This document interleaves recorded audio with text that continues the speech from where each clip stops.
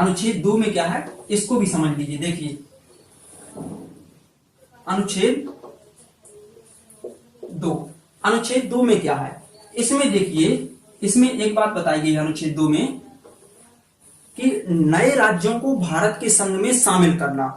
यदि हमें नए राज्यों को भारत के संघ में शामिल करना है, ऐसे राज्य जो पहले से राज्य के रूप में अस्तित्व में हैं लेकिन वो भारत के संघ में शामिल नहीं है, जैसे कि सिक्किम भारत के संघ में शामिल नहीं था ना। सिक्किम कब शामिल हुआ भारत के संघ में? 1975 में।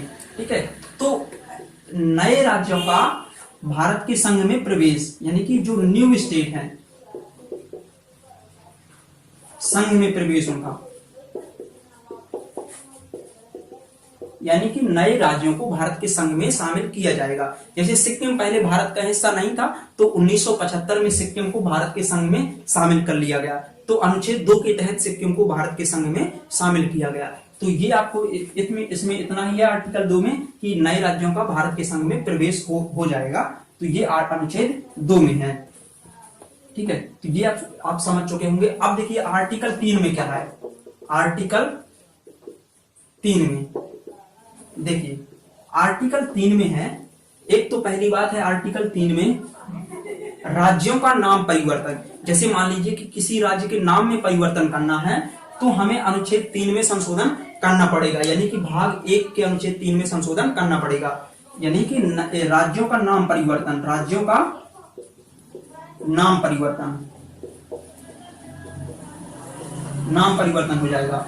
और दूसरा है राज्यों की सीमा में परिवर्तन। यदि किसी राज्य की सीमा को घटाना है या फिर किसी राज्य की सीमा को बढ़ाना है तो वो अनुच्छेद 3 में लिखा हुआ है। कौन से अनुच्छेद में लिखा है? अनुच्छेद 3 में, यानी कि सीमा में परिवर्तन, सीमा में परिवर्तन, राज्यों की सीमा में परिवर्तन।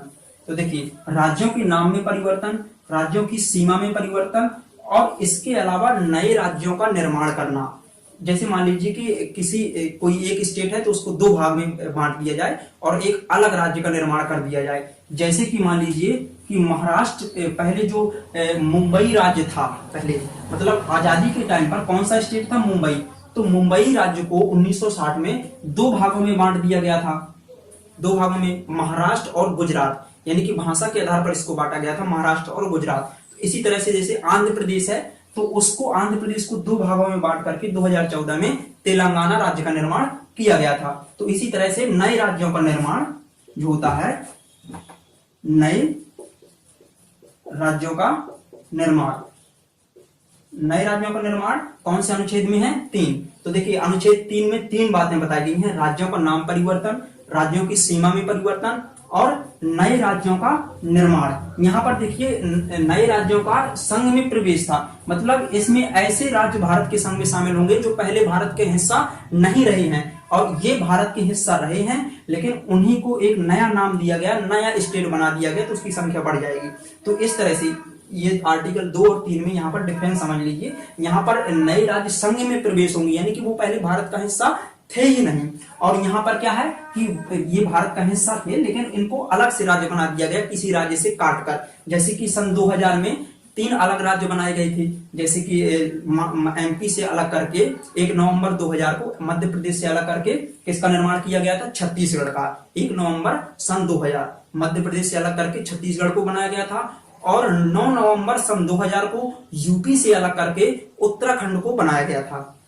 9 नवंबर सन 2000 को यूपी से अलग करके उत्तराखंड को बनाया गया था, और इसी तरह से 15 नवंबर सन 2000 को बिहार से अलग करके झारखंड को बनाया गया था। तो ये जो छत्तीसगढ़, झारखंड, उत्तराखंड, ये 3 राज्य बने। तो इनकी चर्चा किस आर्टिकल में है? आर्टिकल 3 में, यानी कि नए राज्यों का निर्माण, तीन नए राज्यों का सन 2000 में निर्माण हुआ, तो यही अनुच्छेद 3 में बताया गया है। तो ये आपको समझ में आ चुका होगा।